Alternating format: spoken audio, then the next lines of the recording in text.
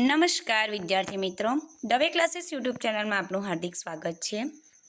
વિકાસ પરીક્ષાલક્ષી અસાઇનમેન્ટનું આપણે સોલ્યુશન જોવા જઈ રહ્યા છે. ધોરણ 9 વિષય સામાજિક વિજ્ઞાન. તો આની પહેલાંના વિડીયોમાં મેં તમને એક વાક્યમાં પ્રશ્નના જવાબનો વિડીયો મોકલ્યો છે. જો એ ન જોયો હોય તો તમે જોઈ લેજો. હવે પછી છે આપણે જોવાનું છે યોગ્ય જોડકા જોડો. એમાં પ્રકરણ 1 પહેલું બંગાળનો નવાબ, તો જવાબ આવશે સિરાજ ઉદ દૌલા. બીજું મૈસૂરનો વાઘ, તો જવાબ આવશે ટીપુ સુલતાન.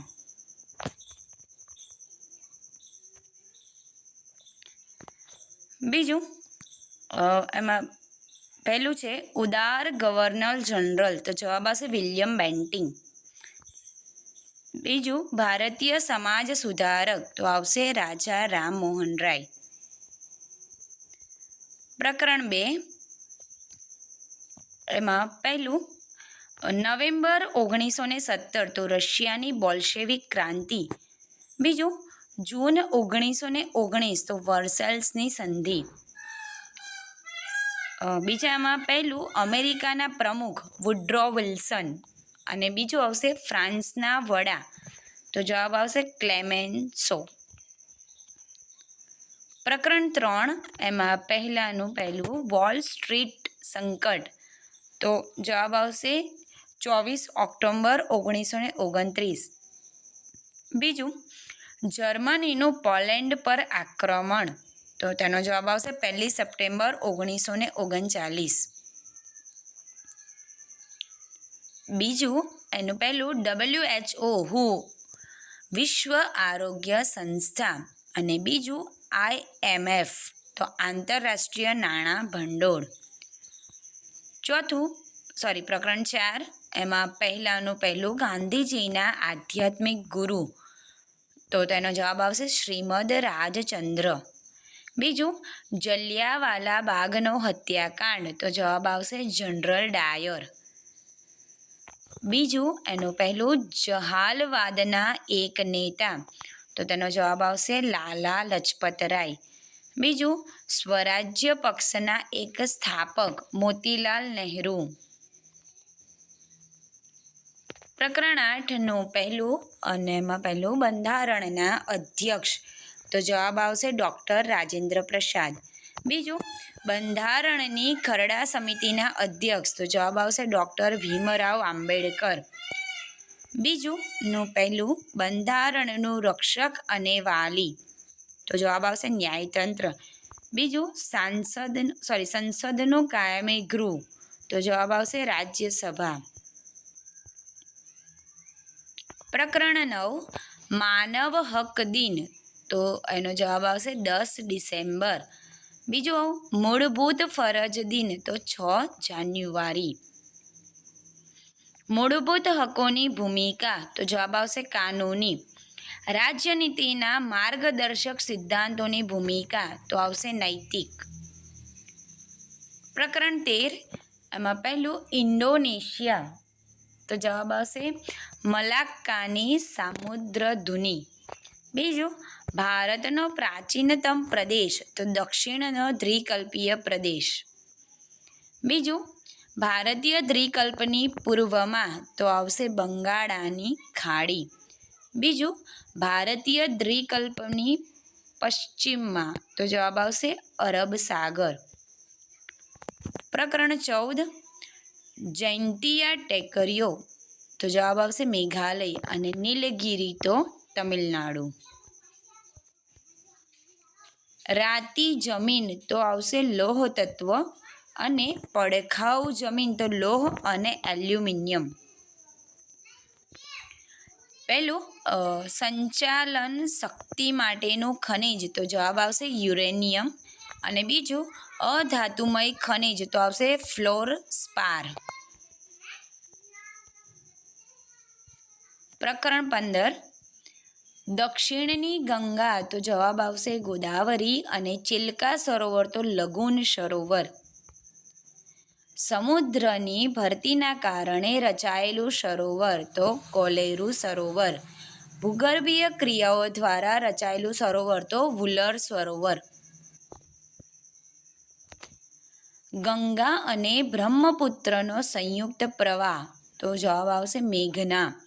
અને ગંગા અને યમુનાનું સંગમ સ્થળ, તો અલ્હાબાદ. પછીનો છે પ્રશ્ન કે નીચેના પ્રશ્નો માટે આપેલા વિકલ્પોમાંથી સાચો વિકલ્પ પસંદ કરી ઉત્તર લખો. તો અહીંયા પ્રકરણ 1માં તમને પ્રશ્ન આપ્યો છે અને તેના 4 વિકલ્પ આપ્યા છે. એમાંથી ગમે તે એક વિકલ્પ પસંદ કરીને તમારે લખવાનું રહેશે. તો ચાલો આપણે જોઈએ પ્રકરણ 1. પહેલું, ભારત આવવાનો જળમાર્ગ કોણે શોધ્યો? તો જવાબ આવશે વાસ્કો દ ગામાએ.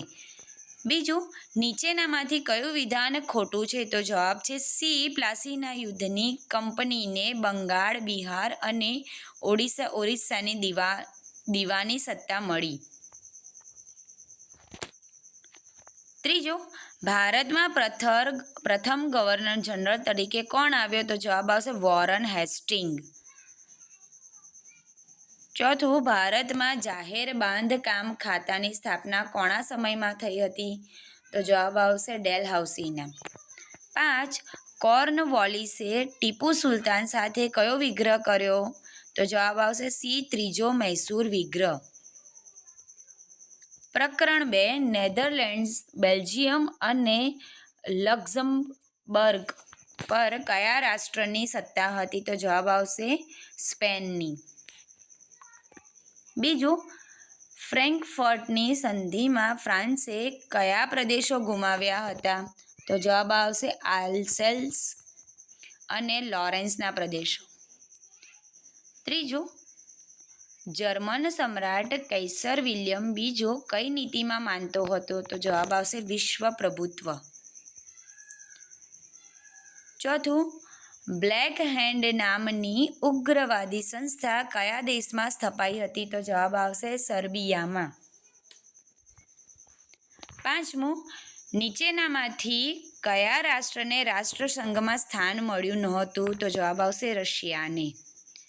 પ્રકરણ 3, ફાસિસ્ટ પક્ષનું પ્રતીક કયું હતું? તો જવાબ આવશે બી. લાકડાની ભારી અને કુહાડી. બીજું, જર્મનીમાં નાઝીવાદનો સ્થાપક કોણ હતો? તો જવાબ આવશે હિટલર. ત્રીજું, નીચેનામાંથી કયા રાષ્ટ્રે વીટો નિષેધાધિકારનો વધુ વખત ઉપયોગ કર્યો હતો? તો જવાબ આવશે રશિયાએ. ચોથું, વિશાળ જર્મન રાષ્ટ્રનું સર્જન કોણે કર્યું? તો જવાબ આવશે હિટલરે.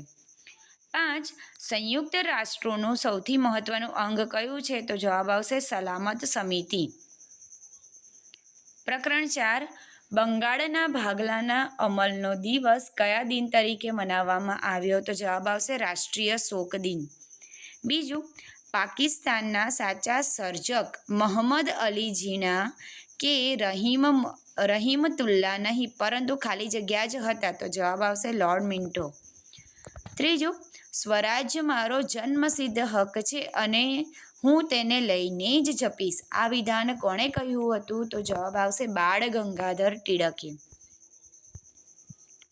ચોથું, કોને ઉત્તેજન આપવા માટે બંગાળના 2 ભાગલા પાડવામાં આવ્યા હતા? તો જવાબ છે કોમવાદને. 5, સ્વદેશીને ઉત્તેજન આપવા માટે કયું આંદોલન ઉગ્ર બન્યું? તો જવાબ આવશે વિદેશી માલના બહિષ્કારનું. પ્રકરણ 8, બંધારણમાં કુલ કેટલા સભ્યો હતા? તો જવાબ આવશે 389. બીજું, બંધારણના ઘડતરનું કાર્ય ક્યારે પૂર્ણ થયું? તો જવાબ આવશે ઈસવીસન 1949માં.